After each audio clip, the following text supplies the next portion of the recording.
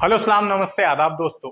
लगता है हमारे विश्व गुरु प्रधानमंत्री मोदी जी ने ठान लिया है कि वो भारत की प्रतिष्ठा को धूल में मिलाकर ही दम लेंगे। जब वो बोलते हैं तो उन्हें होश ही नहीं रहता कि वो क्या बोल रहे हैं। विदेशों में जाते हैं तो अपने भाषण में कहते हैं कि एक समय ऐसा था कि जब भारत में रहना शर्म की बात थी। जब लोग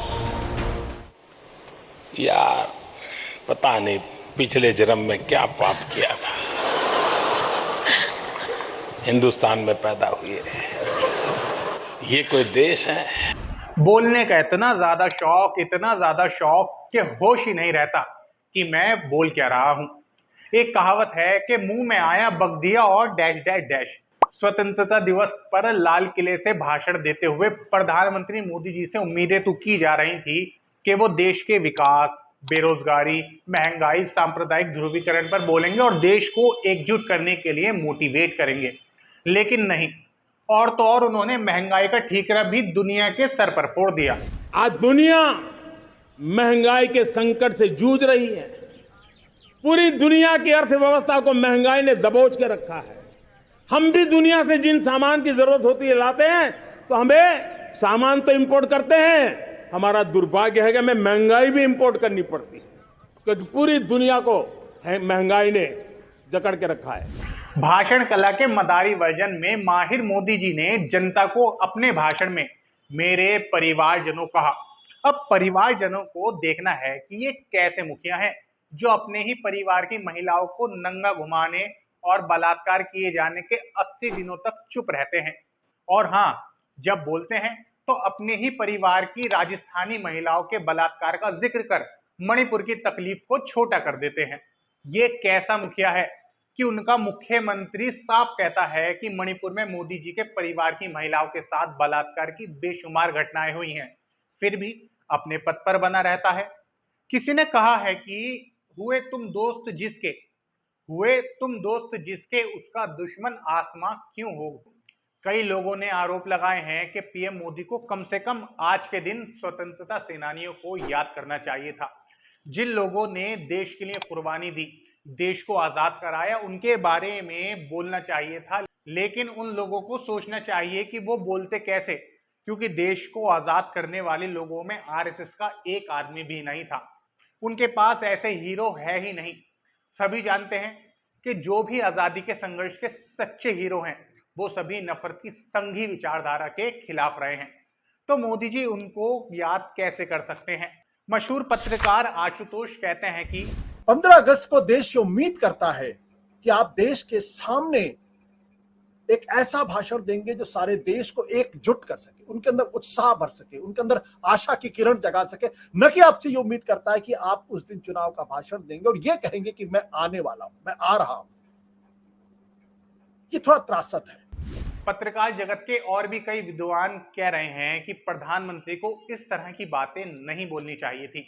हमारा भी यही मानना है कि स्वतंत्रता दिवस जैसे पावन समारोह को प्रधानमंत्री मोदी ने भारतीय जनता पार्टी की चुनावी रैली बना दिया। लेकिन हकीकत यह है, बहुत बार उन्होंने पीएम पद की गरिमा और मर्यादा को कम किया है। यहां तो वो खुद के बारे में कह रहे हैं कि मैं लौट के आऊंगा, मेरा वादा है। उन्होंने तो अमेरिका में चुनाव से पहले ट्रंप के बारे में कह दिया था कि अब की बार ट्रंप सरकार, अब की बार ट्रंप सरकार।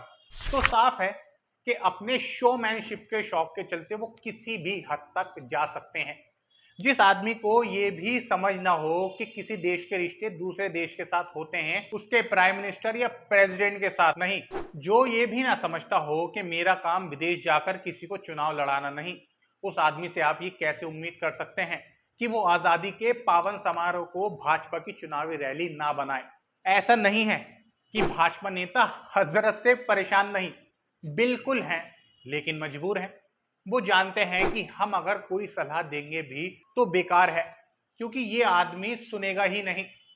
हालांकि पीएम मोदी का ये कहना कि मैं अगले साल भी आऊंगा अहंकार के साथ पार्टी सिस्टम के खिलाफ भी है, क्योंकि भारत की जनता सीधे प्रधानमंत्री को नहीं बल्कि सांसद को चुनती है।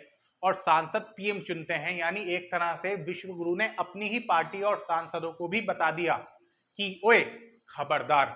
जाहिर है कि महामानव अब पार्टी से भी बड़े हो गए हैं, बल्कि पार्टी से बड़ा होना भी शायद हजम हो जाए, लेकिन जनता जनार्दन जो सर्वोपरि है, जो तय करती है कि कौन सत्ता चलाएगा कौन नहीं, उससे आशीर्वाद तक ना मांगना कि आपका आशीर्वाद रहा तो मैं अगले साल झंडा फहराऊंगा। यानी ये आदमी पार्टी, जनता, देश सबसे ऊपर है। गजब अहंकार है भाई। सरकार को चाहिए कि चुनाव आयोग पर ताला लगाए, क्योंकि 2024 का लोकसभा चुनावों का नतीजा आ चुका है। और अंत में हम ये कहना चाहते हैं कि मोदी जी का पूरा भाषण ये बताता है कि कहीं ना कहीं कोई डर वो महसूस कर रहे हैं। किसी शायर ने कहा है कि तुम इतना जो मुस्कुरा रहे हो, क्या गम है जिसको छुपा रहे हो। मोदी जी के भाषण पर गोदी मीडिया के कैप्शन से भी इस डर को समझा जा सकता है।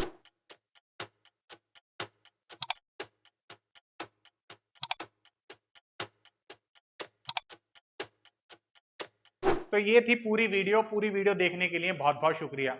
जय हिंद।